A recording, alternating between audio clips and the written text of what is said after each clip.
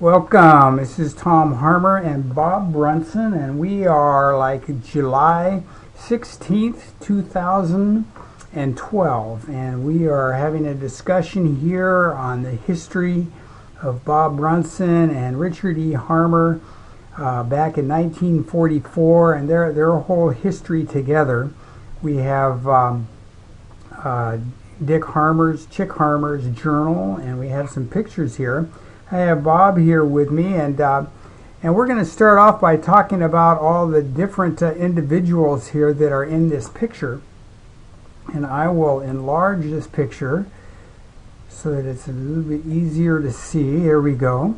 So this first person here is Chuck Taylor. Go ahead and you mentioned that some of these people can go ahead and maybe walk through them, and if you know if they're still alive or how they met their demise, go ahead and share that with us, Bob.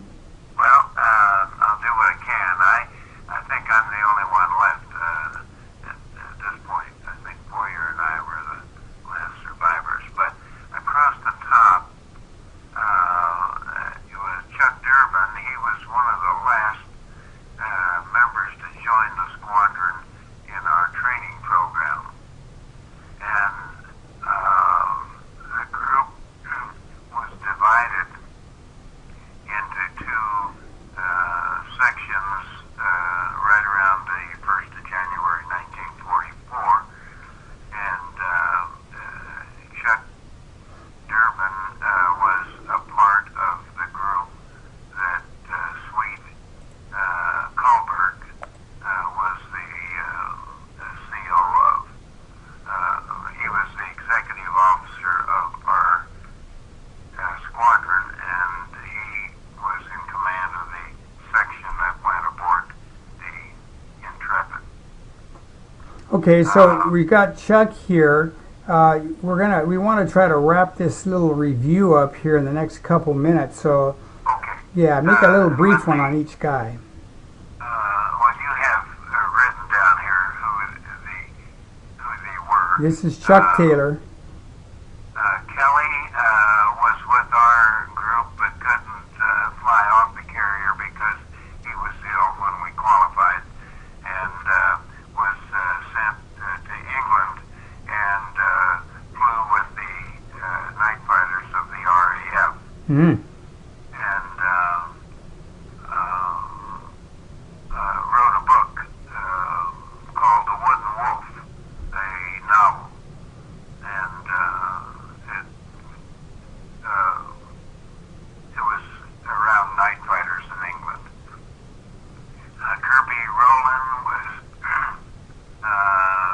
probably least wanted to be a night fighter of any of us, and but he lived through. He was from Louisiana and was in the furniture business after the war. Mm. Myself and your dad, Chuck Durbin, stayed, as I understand it, stayed in the Naval Reserve for quite some time, and lived in New England. I don't know what he did there, really.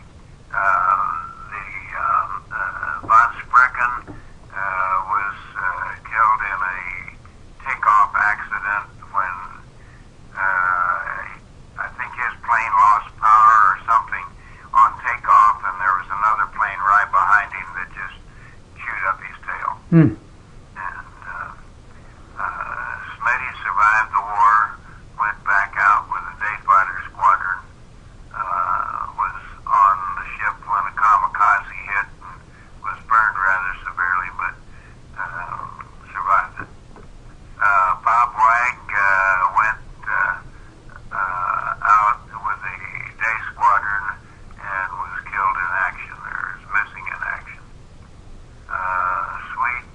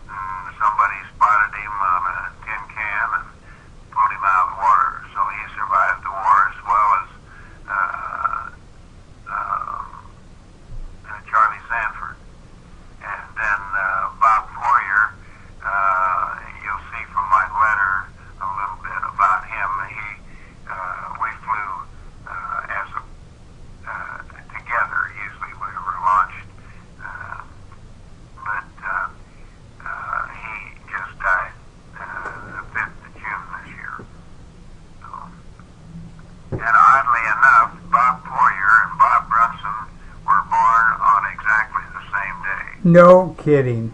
Wow. Well, okay, Bob, that's a good review of the squadron there. I'm going to go ahead and save this, and so that we'll have it in a small 4 or 5 minute segment, and then we'll move on to reviewing the journal. So with this, I will go ahead and